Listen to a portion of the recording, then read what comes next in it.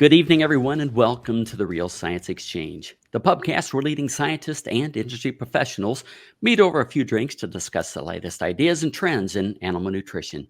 Hi, I'm Scott Sorrell. I'll be one of your hosts tonight here at the Real Science Exchange.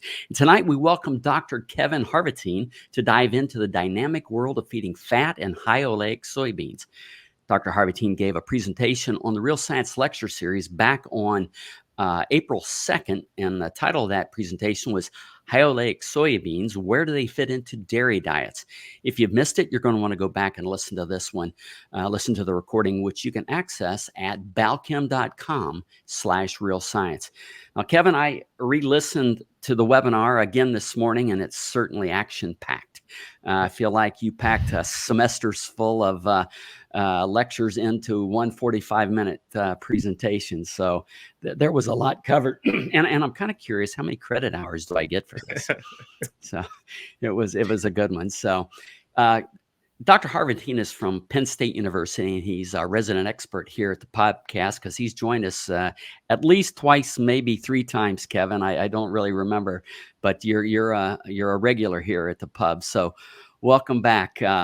And for the folks out there, we like to try to say that it's always happy hour at the Real Science Exchange. In actual fact, it's 9 o'clock in the morning here, and we really are not going to drink this morning. But so, Kevin, tell us if you did have something in your glass, what might that be? Yeah, so there is coffee in my cup this morning, but if I was I actually am a hard cider drinker. So I'd be joining Clay and having. All right, Kevin, that's great. Yeah. and thank you for having me back here. I always enjoy having these conversations and being part of your pubcast. Oh, well, thank you very much. Now, I see, Kevin, you've brought a guest with you. Would you mind introducing your guest, and why did you pick him?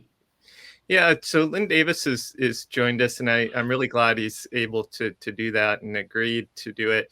I really think he has the best perspective on this. So Lynn will have to correct me on his background if I get anything wrong here. But he has a PhD in dairy nutrition and was I believe a founding partner of the Nutritional Professionals Group. And then he started Quality Roasting, which is a soybean processor. And then it's also involved in a dairy group that, so Breeze Dairy and the Heifer Authority, so has hands-on experience all the way down to the cow level.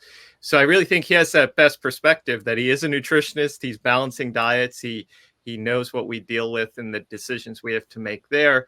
And he sees this both from the soybean processor and the market side, and what makes the dollar and cents work for cows on the farm. So hopefully I didn't get any of that wrong, Lynn. Yeah, Lynn, you want to correct anything there?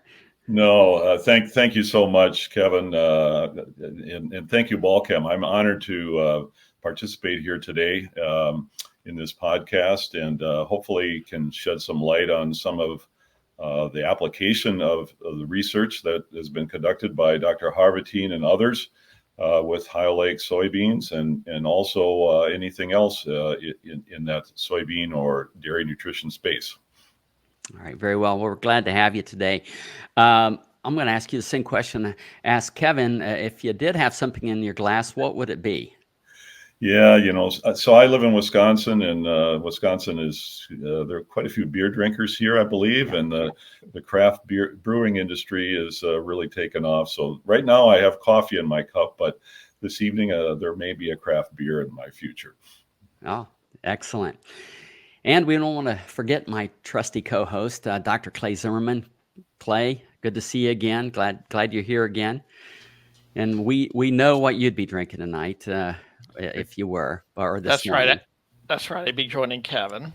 Yeah, with a hard cider. How about you, Scott? What would be in your glass? Well, so yeah, it would be a bourbon usually, right? And it would be. I try to find different ones, but I don't have anything different. I do have a Blade and Bow, which I've been working on here for a couple of days, so it's pretty good. Had that at the Dairy Challenge last year in Saratoga.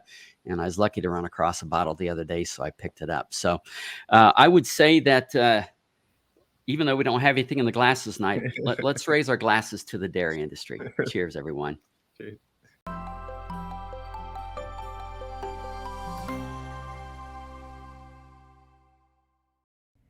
New research is changing everything we thought we knew about choline's impact on the cow and her calf, and top scientists have a lot to say about it. They are presenting new research that supports choline as a required nutrient to optimize milk production, choline as a required nutrient to support a healthy transition, choline as a required nutrient to improve calf health and growth, and choline as a required nutrient to increase colostrum quantity. This new research is solidifying choline's role as a required nutrient for essentially every cow, regardless of health status, milk production level, or body condition score. Learn more about the science that is changing the game and the choline source that is making it happen. Reassure precision-release choline from Balchem. Visit balchem.com/scientists say to learn more.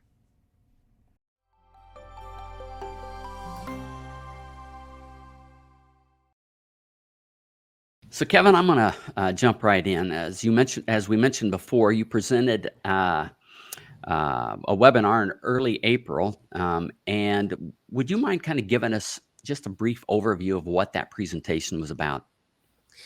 Yeah, so what's kind of interesting is, I kind of think back over my research career here.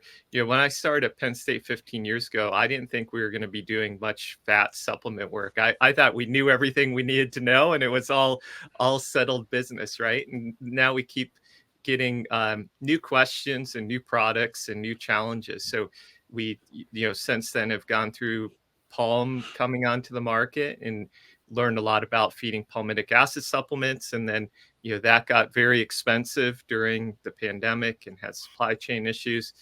And now we have this new opportunity with high oleic soybeans. It's kind of unique that I see it as an opportunity for homegrown fat, right? So we quite often have talked about homegrown forages and homegrown protein, but now we have the opportunity to actually be growing some of our own fat on the farm. So it's interesting. High oleic soybeans have been around for probably about 7 years or maybe a little bit longer. They really had a bit of a slow start. They're developed for the basically fry life for McDonald's and Burger King and Lay's potato chips. But when they came onto the market, a bunch of us in the dairy nutrition side said, geez, these would be an opportunity because we know that 18-1's a lower risk for milk fat depression. So it has to be over the past 18 months, the number one question I get from the field is what about high oleic soybeans and how do I take advantage of these? So there's been lots of interest recently. And it's really a nice opportunity for us to have another source of fat that is it's not zero risk for milk fat depression, but it's lower risk for milk fat depression. So that's kind of the package that we have is another source, another opportunity, and it's lower risk for milk fat depression. You talk about a recent interest by nutritionists, and that was certainly reflected in the numbers of people that we had attending your webinar. I'm just kind of curious. So it's been around 7 years, but it's just the last 18 months where there's been an interest. Do you have any idea what's caused that?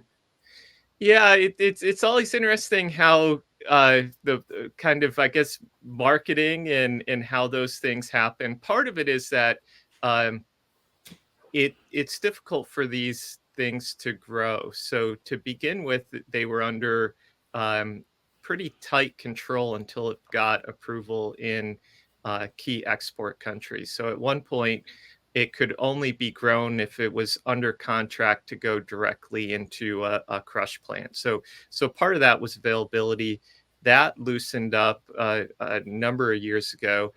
And then I think it's just a matter of people kind of becoming comfortable with it and getting some experience. And then I think the high fat of our fat supplements during the pandemic really kind of put a lot of incentive into looking for some other opportunities also. Now, you had said that these are becoming popular in human nutrition. Um, how popular is it, I guess, I'm wondering? And then how available are these today to the dairy farmer? Yeah, Lynn probably will have some better idea of this from the business side.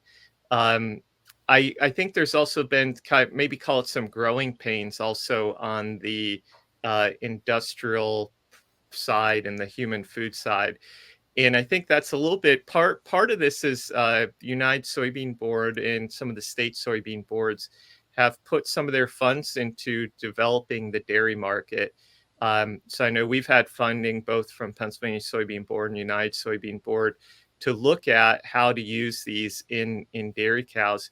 And part of that is they're looking to create some demand while some of that food service and industrial uh, processing got to switch over into it. But Lynn, you probably have better insight into those dynamics. Well, there's certainly interest on both sides, Kevin. From the dairy nutritionist standpoint and dairy producers, reducing the risk of milk fat depression with high oleic soy feeding is quite prominent right now.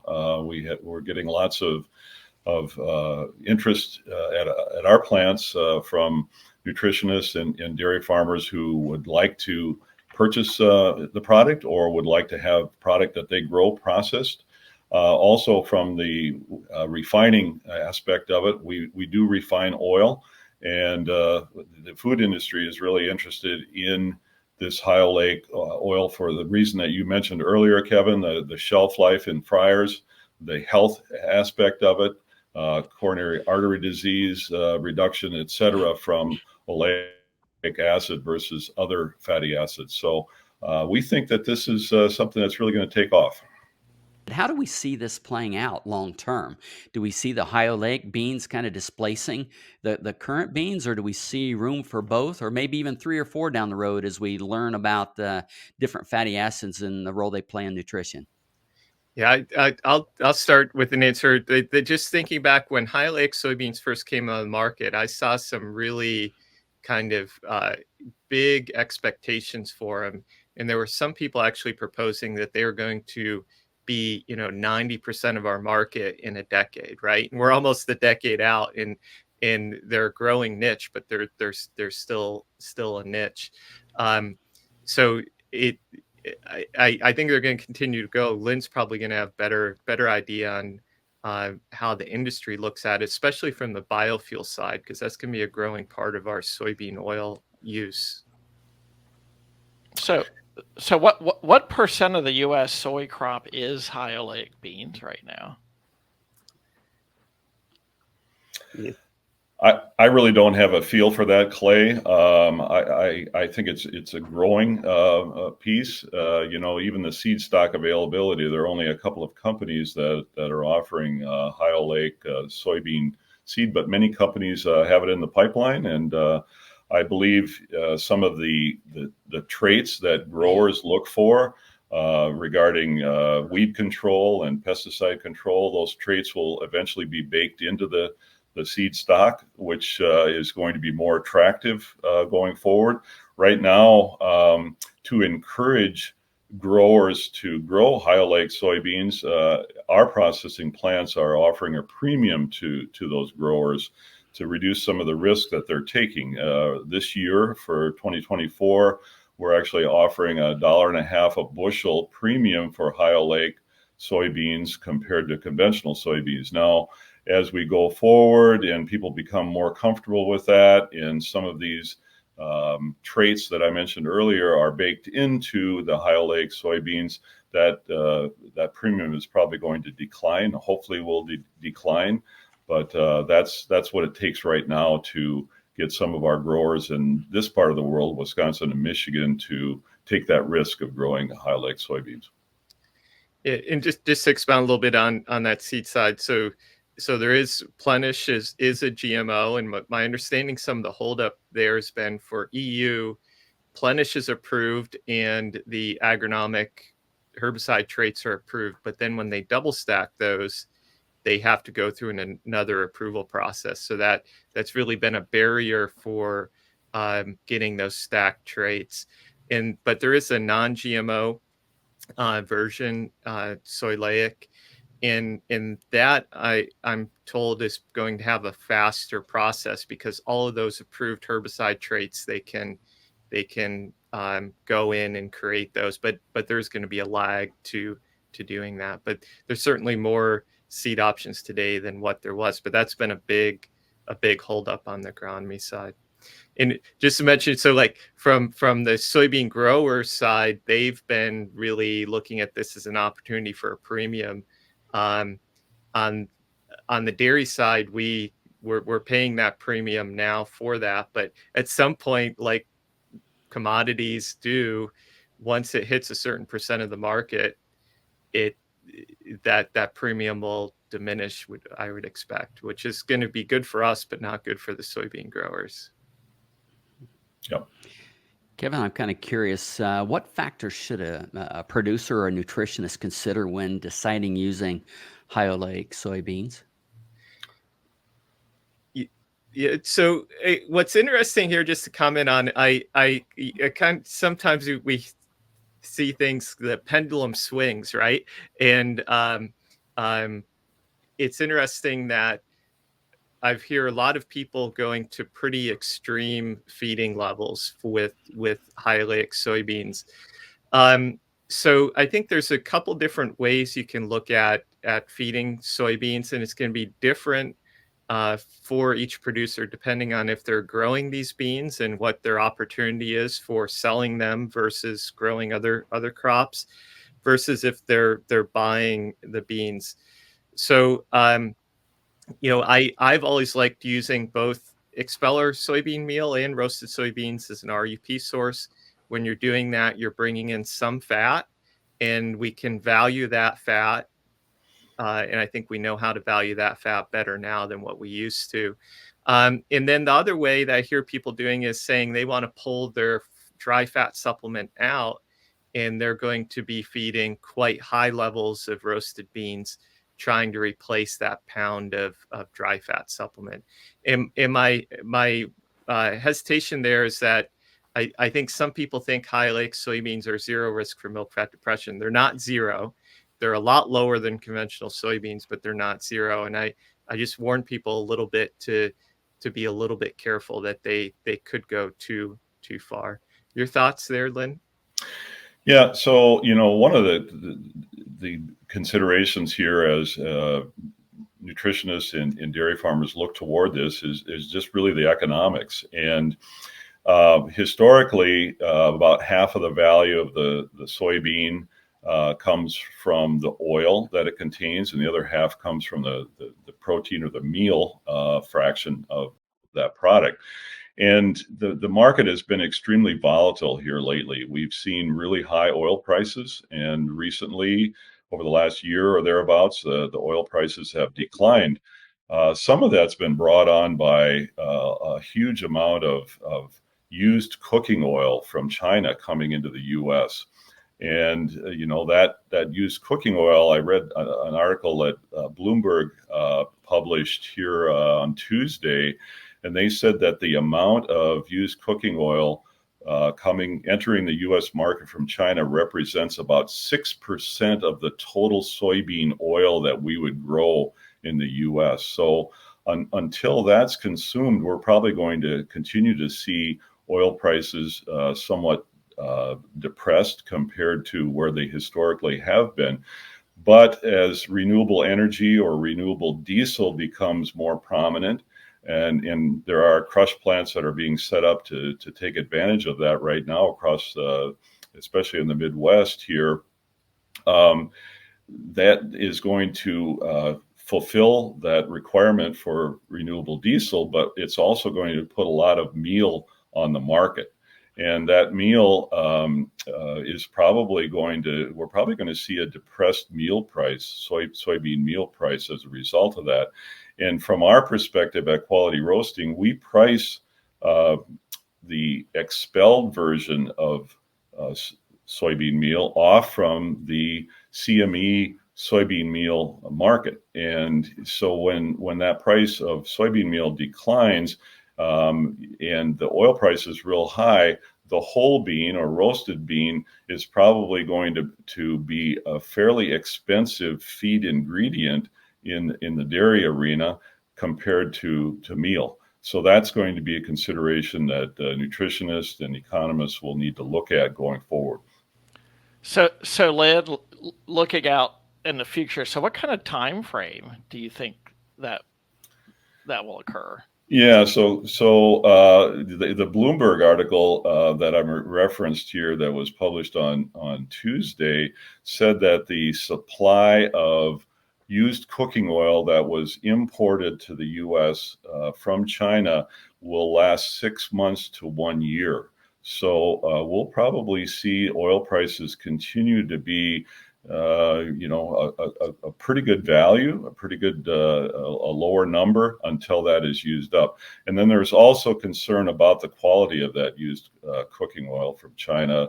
I know there's some investigative work being done on that right now. The EU claims that the biodiesel production from that used cooking oil has been problematic, so that needs to be ferreted out as well. Do we know what the dynamics are behind that? Where did it come from? Are they not feeding it to their own livestock over there? Or why are we getting this all of a sudden? Yeah, that's a really good question, Scott. I guess there's quite a glut of it in China, and there's a lot of questions about the quality of it and why did it end up here is still needs to be sorted out. It's probably good to back up a little bit that some folks might not. Well, people probably hear bits and pieces of this, but there's been so many dynamics here, starting with I'm going to get the wording wrong, but the renewable fuel biodiesel credits that have come on both Washington and California, and the federal credits. That my understanding is that's really incentivized a lot of our tallow to go into biofuel manufacturing, and at the same time has created a lot of interest in building soybean crush plants. So I've heard analogies that if we think back to when we built all the ethanol distillery capacity, people have said basically we're going into a phase where we're going to be kind of the equivalent in soybean crush capacity. And I think Lind was coming, and that's going to really change the price of things. But I guess I was interested in your view of that, the influence of those factors, Lind.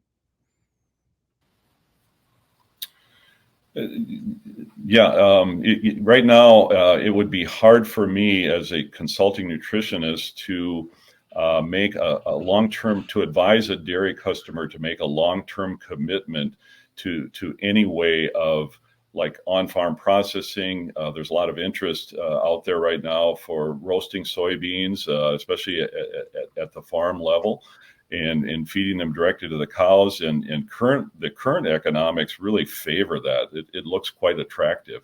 And so there are some producers that have already made that investment, Kevin. And I assume you're probably seeing that in Pennsylvania as well.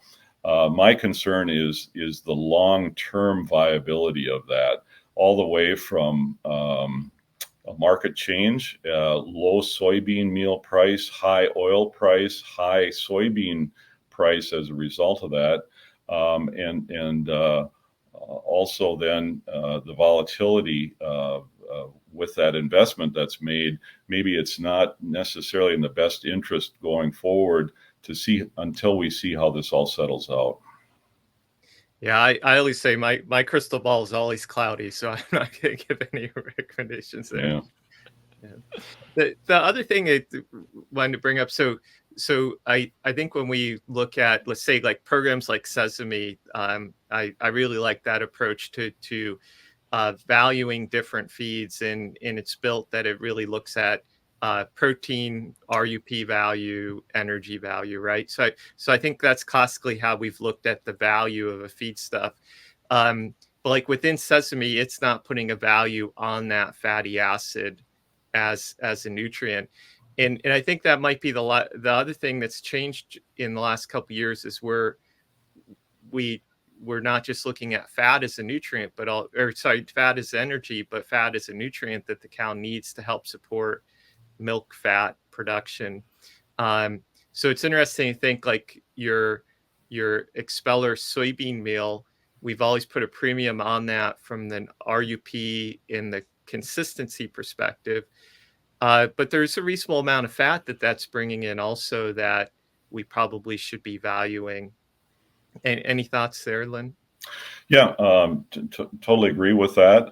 You look at feeding a whole soybean, either raw or roasted, and the amount of fat that pulls into the diet, and also maybe not having quite the I shouldn't say maybe, it doesn't have the level of undegradability of the protein that an expelled product would have. So feeding rates, economics clearly would dictate how that might be used. Processing as well, grinding before it's fed. The expelled product has about 1/3 of the oil remaining in it. So one of the questions that I get, I guess we have, Kevin, is from a scientific standpoint, do we really know what amount of oleic acid we should be feeding, and do we need to do some dose titration studies there to ferret all of that out? Especially as we compare those two different products, expelled with a lower fat content, are we going to get the same bang in the diet as we would from a roasted soybean? Yeah, and that's a great question. So if we just step back, like you had mentioned oleic acid in heart health, and in that where that comes from, I think at the core and human side is olive oil is part of that Mediterranean diet, which is probably has the best support for being a healthy diet on the human side, right? So we have a good connotation on the human side, but on the cow side, there's some recent data that's really interesting. So Andreas Contreras at MSU Vet School has been showing, I think it's 50 grams per day that he abomasally infuses in transition cows, can actually see molecular changes in adipose tissue metabolism. So it does seem like it's bioactive at pretty reasonably low levels. Where I get a little bit into having a hard time figuring out how to draw conclusions from most of our cow data is we're not sure how much actually gets through the rumen in these different sources. So if we think about like our traditional calcium salts, palm fatty acid distillate, there's a lot of oleic acid there, and you can pick your bypass escape value for that.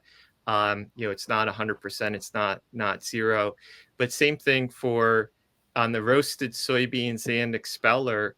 I'm not sure what rumen escape value to put on that oleic acid. So then you're not losing it as a fatty acid, you're just converting it to stearic acid. So we're trying to do some more work there, but it would be nice if we had a couple dozen duodenal flow studies to look at with some really good flow data. But that's the snag, is that we're not just looking at oleic, but also stearic when we're feeding those. Do you have a target in mind? No, I don't. And, I'm somewhat, I guess I'm really interested in your comment. I know some of the published information that has come out of your lab. You've raised the question, Kevin, regarding NDF digestibility with the fatty acid load. And I think our listeners and viewers would like to hear a little bit about that. And I believe you've got some more research planned to address that. Is that correct? Yeah.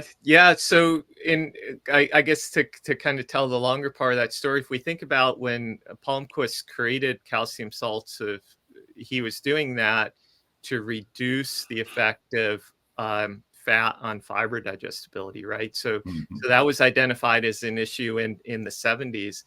And then Lou Armentano did a really nice meta-analysis. And his meta-analysis, from that data, it looked like fatty acids really weren't causing an issue for fiber digestibility till we went to like very crazy levels that researchers do, like 4, 5, 6% oil in the diets, right?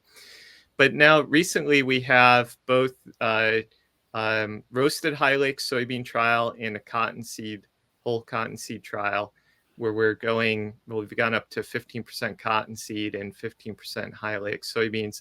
And we do see a decrease in fiber digestibility in both of those. So we're feeding very high forage fiber diets. We have very low non-forage fiber. I'm kind of wondering if there's an interaction between fiber type, and that comes a little bit from, on the cottonseed side, I hear California nutritionists feeding very high levels of cottonseed and not having problems. Not that they're measuring NDF digestibility, but it seems like it works well. But their diets are very low forage fiber and very high in non-forage fiber. So I'm curious if there's an interaction there. I don't see this as a reason to not feed products, but I think we would have to be conscious that that's a possible trade-off. So Kevin, in those studies that you've been running, going up to 15% cottonseed or the high oleic beans, what are the fat levels in those diets then? I would have to go back. So our basal diets would be very low fat. We would not be bringing in any other fat sources. So, I mean, it would just be our forages in solvent extracted soybean meal or canola meal in our basal diets. So then the what we're titrating across is just what's coming in from those oil seeds. Okay. Yeah. Kevin, we're displacing some PUFA in the diet. Is there any downsides to that? Yeah, that's great question too. That I remember years ago, actually, a human nutritionist. Some folks might know Tom Brenna. There's at Cornell. He early on made the comment that if you look at the human diet, 18.3, our essential fatty acid, soybean oil is the number one source of that in the human diet. And he raised a concern from the human side, if we switch to all high oleic, that maybe there would be an essential fatty acid concern there. On the cow, we know so little about the essential fatty acids, and we're not getting much through from these products to begin with. Now, how much is needed is always the question there. But I don't have an answer for that. But that is a possible downside. That there is about 8%, 18.3 in normal soybean oil, so you'd be losing some of that. Mm-hmm. On the other hand, there may be benefits to reducing the amount of 18.2 in the diet, perhaps. Yeah. So I know there's a lot of interest in this topic of high oleic beans. Any feel for the prevalence of how much is being used in dairy diets? In Wisconsin, it's really insignificant, the amount that's being used here. But we've been a bit slow to adopt high oleic soybeans within this state. Comparatively speaking, in Michigan, I think they're ahead of us. The growers seem to be more knowledgeable about it. When we looked at just the acres that were contracted based on our offers from our crush plant in Michigan compared to our crush plants in Wisconsin, a whole lot more acres there. And possibly some of the credit is due to Dr. Adam Locke and his efforts at Michigan State University. I believe that word has gotten out more so than maybe it has in Wisconsin. So I definitely see a difference there, to answer your question. And it's definitely going to increase, especially this year. We've got quite a few acres in Michigan and some acres in Wisconsin.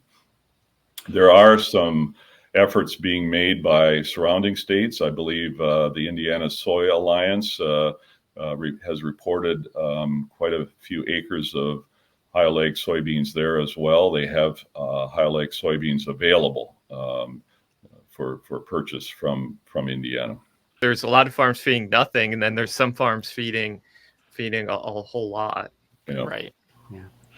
Lynn, I'm curious, those acres that are in production, are those acres owned by the dairy farmers themselves, or are they contracting with neighbors, others? Yeah, good question, Scott. We talk about that quite a bit.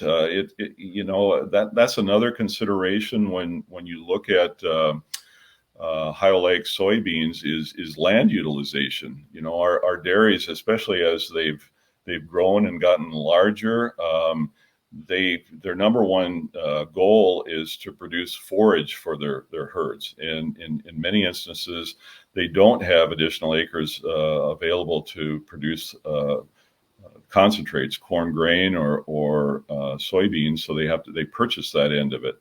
And then there are other farms that have excess acres, and maybe they're very interested in growing some high oleic soybeans on those extra acres that they have. So it's a farm by farm situation, but I would say size of the farm typically dictates that. As the dairies get larger, the opportunity to have additional acres is somewhat limited. The one thing I think is kind of neat about this, I know we have a growing number of plants that are contracting for them, but there's some farms that are so far away from those plants that the dairy business actually creates an opportunity for them, right?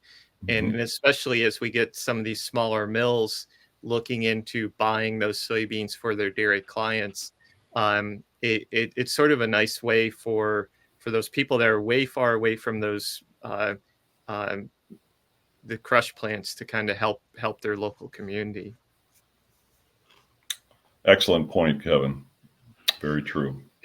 The other thing I wanted to bring up that I think Lynn will have some insight on is so in Pennsylvania we've fed roasted beans quite a bit over time, and we have a reasonable number of mobile roasters that go around.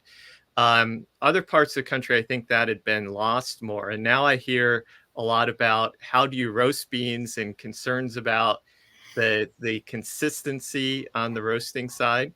And to me, that would be a big difference between the expeller and our roasted bean opportunity, right? To me, expeller is a very consistent product. So any comments on that?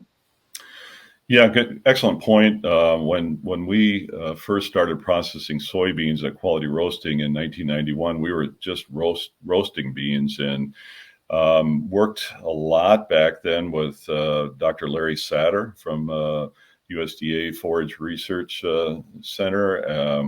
He was very helpful in quality control of that process.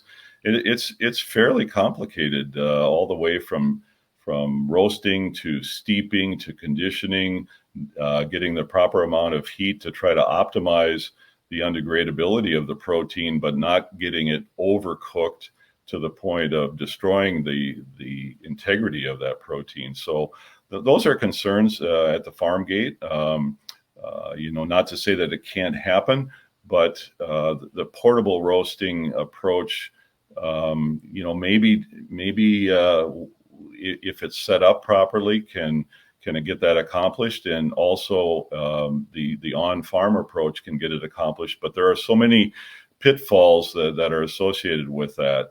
Our dairy industry and our dairy producers are really good at taking care of dairy cows and animal husbandry pieces, but when you start getting into grain processing, it takes a full-time focus on that to get the job done correctly. So back to what I had commented earlier, that this is a consideration that a dairy producer, if they have the excess acres or have availability of high oleic soybeans that they can purchase at a respectable price, they also need to give some really long-term or some intense thought into how they're going to do that and make sure that gets done right.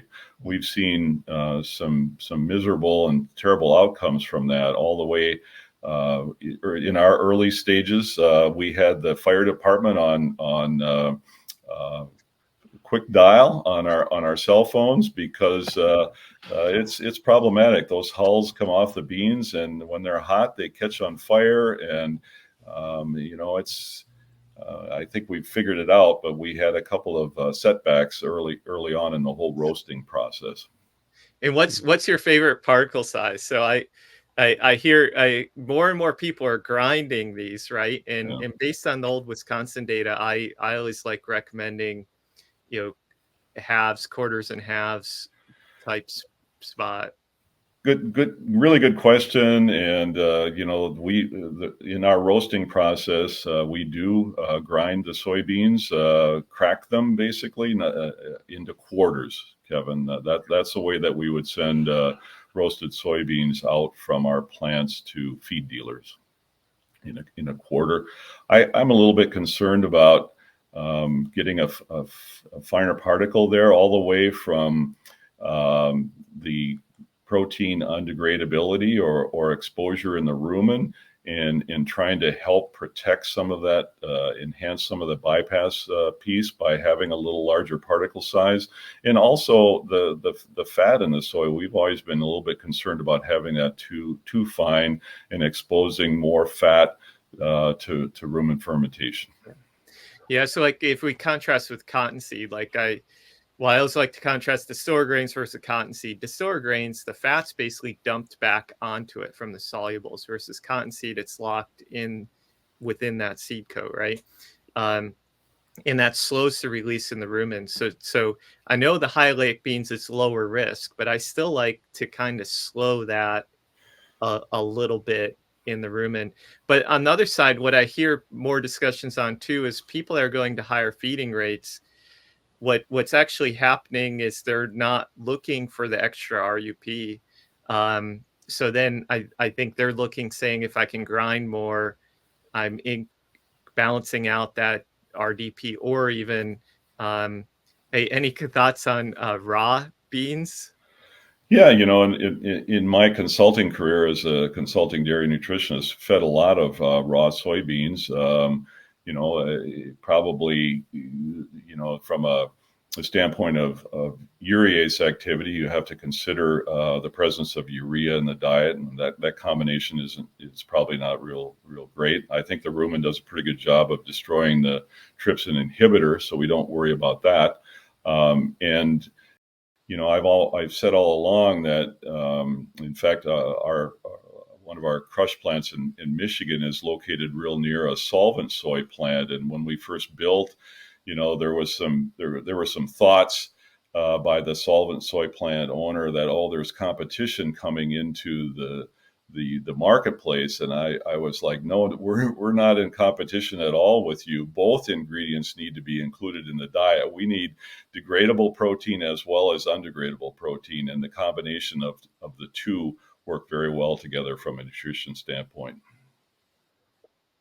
I was just thinking of that, I think relates to that is, to me, if you have your own beans and you think they're very cheap, you're kind of devaluing them, grinding them and using them for RDP, versus that opportunity cost. And if the premium is there for high oleic soybeans, and if there's value in the market, which I think there's going to be, I worry that people are losing sight of that opportunity cost. Can't agree more with that statement, Kevin. That's why being flexible from the standpoint of a dairy producer growing soybeans, and maybe one year they would sell those high oleic soybeans, and the next year would consider processing and feeding them, and making the big investment to do that continually on the farm.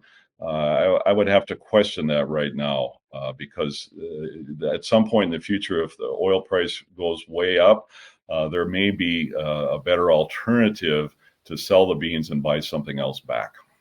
Yeah, I think we can kind of be a little bit opportunistic in the market that way. That my understanding is the premiums on the high oleic have kind of gone up and down, at least in different regions. And I think part of that is like if you have a big player, I remember many years ago when they were moving out of partially hydrogenated vegetable oil, like Burger King switched to a low ALA soybean oil, but McDonald's couldn't because they just couldn't buy enough oil to switch every McDonald's, right? So you kind of have some big steps in some of those players switching over. So the premium, my understanding is the premium will shrink while the volume is increasing. And then when that new player comes in, then the premium comes back. Is that, do you think that happens? We're real early on here in Wisconsin and Michigan with this whole concept, but that's really the way I see it playing out. We studied the market at Quality Roasting for a period of time before we set a premium for 2024 at $1.50 a bushel. And then talking to nutritionists, and you say, well, what does that $1.50 premium really end up costing at the farm gate? And so that really that's adding $40 to $50 per ton of end product cost for that meal, for that expelled meal, which in for some nutritionists that price makes them uncomfortable.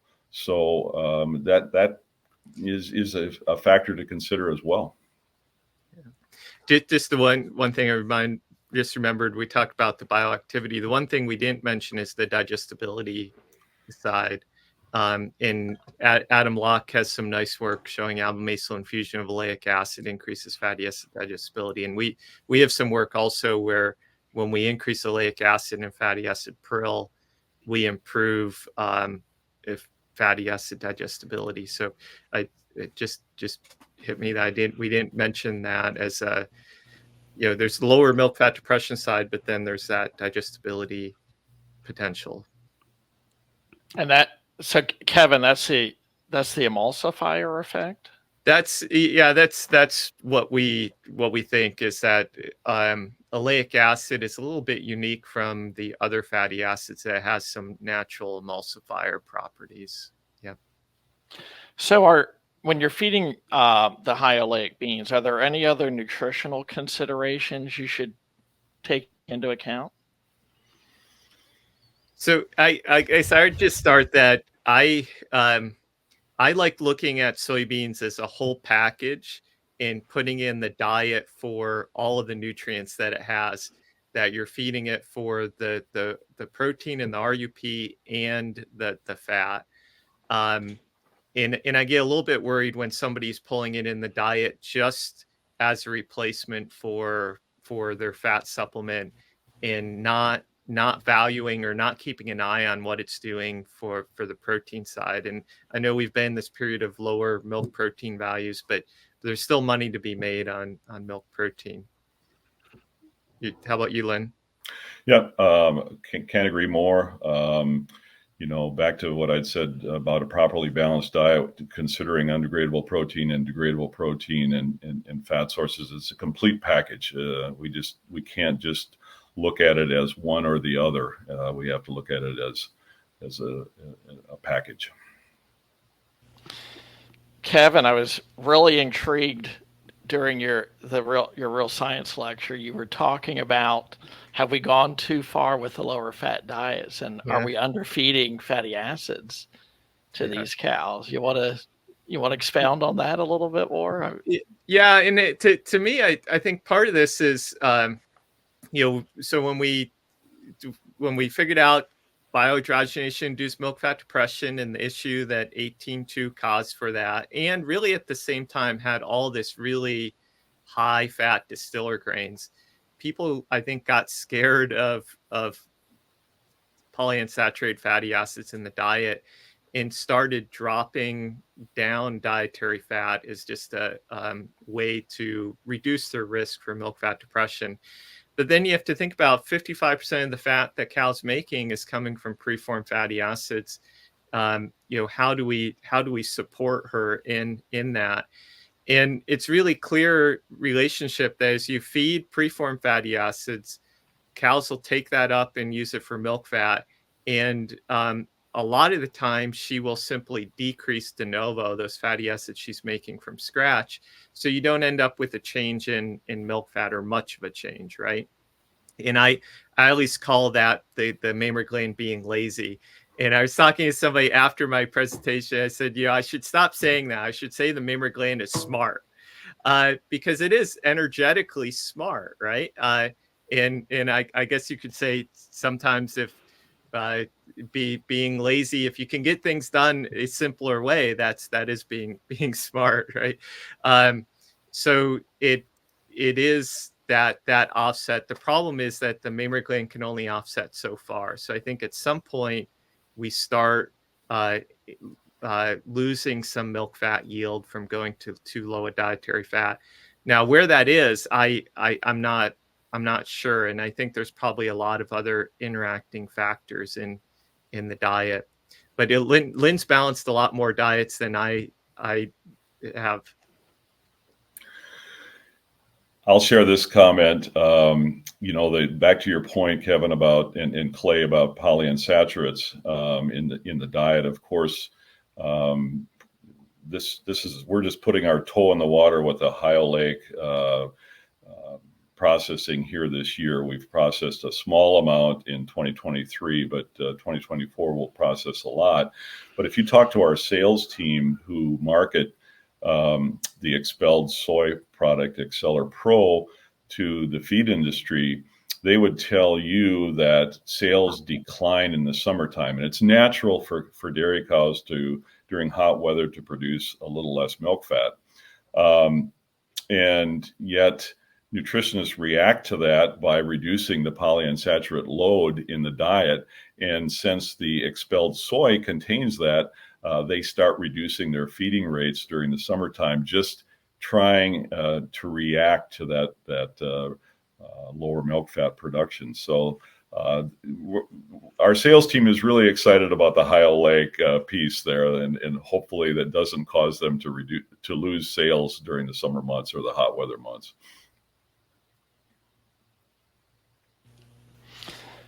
So, Kevin, I think a question came up about this during the lecture as well, but I'm curious. Obviously, we've seen a very rapid increase in milk fat percent in the U.S. milk supply over the last few years.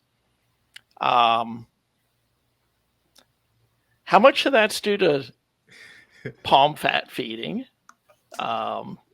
And a lot of it's genetics. You were hitting on that, but yeah, I'm curious what you think all the influences are there. And obviously, it doesn't hurt right now that milk fat is a huge premium right now. Yeah, which I'm sure is driving some of this, but that hasn't been for that long though in the scheme of things. Yeah, so I think probably the right answer is all of the above, right? When you look at the genetic potential, that's one thing we have really good data on from Center for Dairy Cattle Breeding. The genetic potential has really been increasing for milk fat percent. And my understanding there is that they were breeding on pounds of fat and pounds of protein, and now they've actually put a negative on lactose pounds. So that's driving. We're increasing fat pounds by both milk yield and milk fat percent. I think we've learned a lot about diet-induced milk fat depression. I think we've solved that. I think we do a better job with forages and fiber digestibility. Palm fat certainly has helped.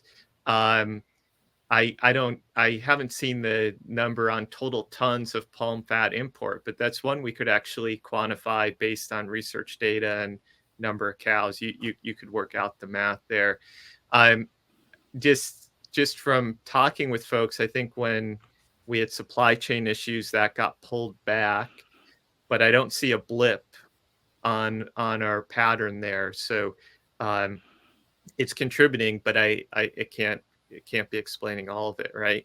What I think is really interesting is I hear a lot from the field this spring that New York and Ontario, and I think into upper Midwest, have been seeing an even higher levels of milk fat off of that linear increase or even up even Right. more. And I wonder if some of that might be the best I've heard is that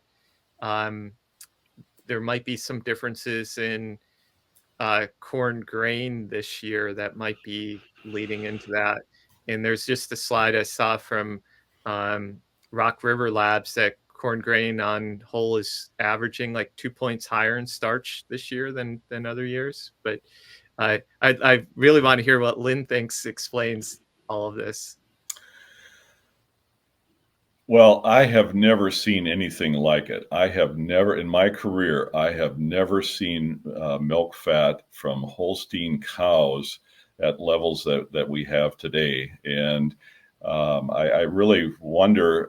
Sometimes I ask myself, what was I doing wrong for the first 3 decades of my career? And suddenly, now we're seeing the new norm for a Holstein at even really excellent levels of production. 100 pounds per cow is 4.3, 4.4, 4.5% milk fat. It's just amazing. And yeah, our scientific community, Kevin and others, have really helped us define this, but it actually must go beyond it. And it's the first year that we observed an increase, we were asking questions about forages, what was different about the growing season, but now this has been sustained over a few years. And I truly believe that the genetics have improved, but also nutritionally, we figured out how to support the genetic potential of that dairy cow as well.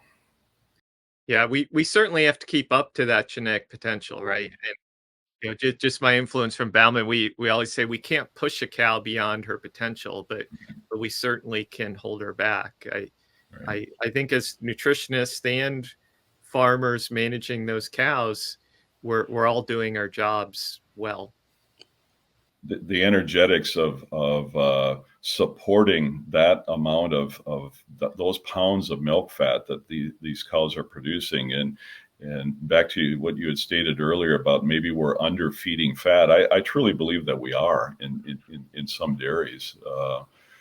So we need tools, more tools in our box, and the oleic tool is a good one.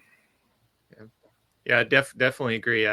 High Lake is great opportunity for a lot of farms. And that sounds like a natural stopping point, gentlemen. This has been a great conversation. But you may have noticed they flickered the lights, which means it is last call. And so with that, why don't we just take a step back and everybody kind of give us one key takeaway for the audience from today's conversation. And Clay, I'd like to start with you, sir. Our last call question is sponsored by AminoSure XM Precision Release Methionine, the next generation in amino acid balancing. With AminoSure XM, you can save up to 5 cents per cow per day on your methionine investment. Try it today and receive an additional 2.5 cents per cow per day savings with Balchem's limited time rebate offer. Contact your Balchem representative to learn more. Well, I actually think Lynn summed it up really well just a few seconds ago. That I think the high oleic beans are another good tool in the toolbox here for nutritionists. So there's growing interest in this, and I'd say stay tuned. We'll it's always good to have more tools in the toolbox. Yes, indeed. Stay tuned. Lynn, anything to add to your last comment? The only thing I would say is just we're early on in this whole high oleic arena, and my advice to nutritionists and to dairy producers is to stay flexible. All right, very well. And Kevin, why don't you put a bow on this for us? Yeah, I think definitely great opportunities and a lot of decisions for people to be making, and very different decisions for every farm, right? Because this is not going to be the same price at the same opportunity every place across the country. And I guess my advice would just be don't forget all of the fundamentals that our nutritionists know when they go in to look at this. I really like the idea of looking at as a complete package of keeping in mind the protein and the RUP, the fat side, but then also quality control and roasting and those things are going to be impact on making it as successful as they can make it. Gentlemen, this has been a great conversation. I want to thank you for joining us here at the Real Science Exchange. And to our loyal listeners, thank you for coming along for each episode, sticking with us as we explore more topics. We hope you learned something. We hope you had some fun. And we'd hope to see you next time here at the Real Science Exchange, where it's always happy hour and you're always among friends. We'd love to hear your comments or ideas for topics and guests. So please reach out via email to anh.marketing@balchem.com with any suggestions, and we'll work hard to add them to the schedule. Don't forget to leave a 5-star rating on your way out. You can request your Real Science Exchange t-shirt in just a few easy steps. Just like or subscribe to the Real Science Exchange and send us a screenshot along with your address and t-shirt size to anh.marketing@balchem.com.